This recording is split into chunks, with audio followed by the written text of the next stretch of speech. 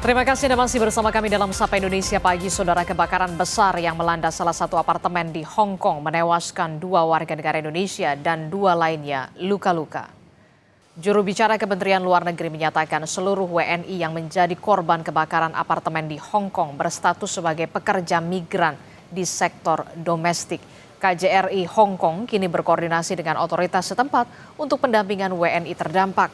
Jumlah korban tewas akibat kebakaran apartemen di Hong Kong hingga Kamis malam menjadi 55 orang.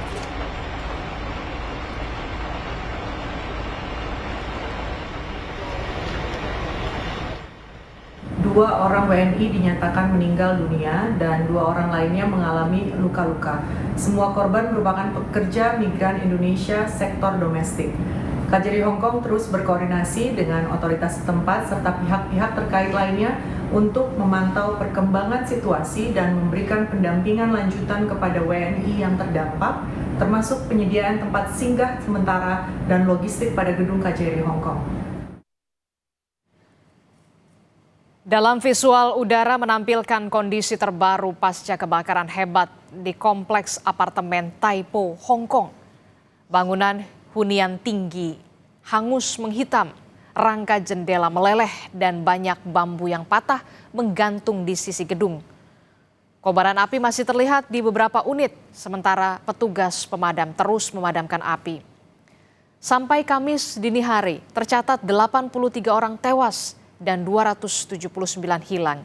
Kebakaran yang berlangsung lebih dari 20 jam ini menyebar cepat di beberapa apartemen yang sedang direnovasi.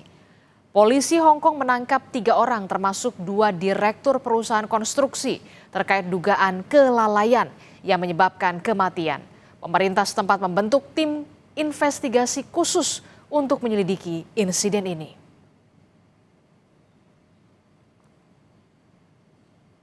Sebelumnya, kebakaran besar melanda sejumlah apartemen di distrik Tai Po, Hong Kong pada Rabu sore waktu setempat.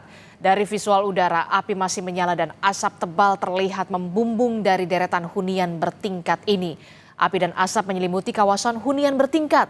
Kompleks apartemen di distrik Tai Po itu memiliki 2.000 unit di 8 blok dengan lebih dari 4.600 penghuni. Otoritas kepolisian dan pemadam kebakaran Hong Kong telah menaikkan status kebakaran level 5 tertinggi serta menyiapkan pos penampungan sementara bagi warga terdampak.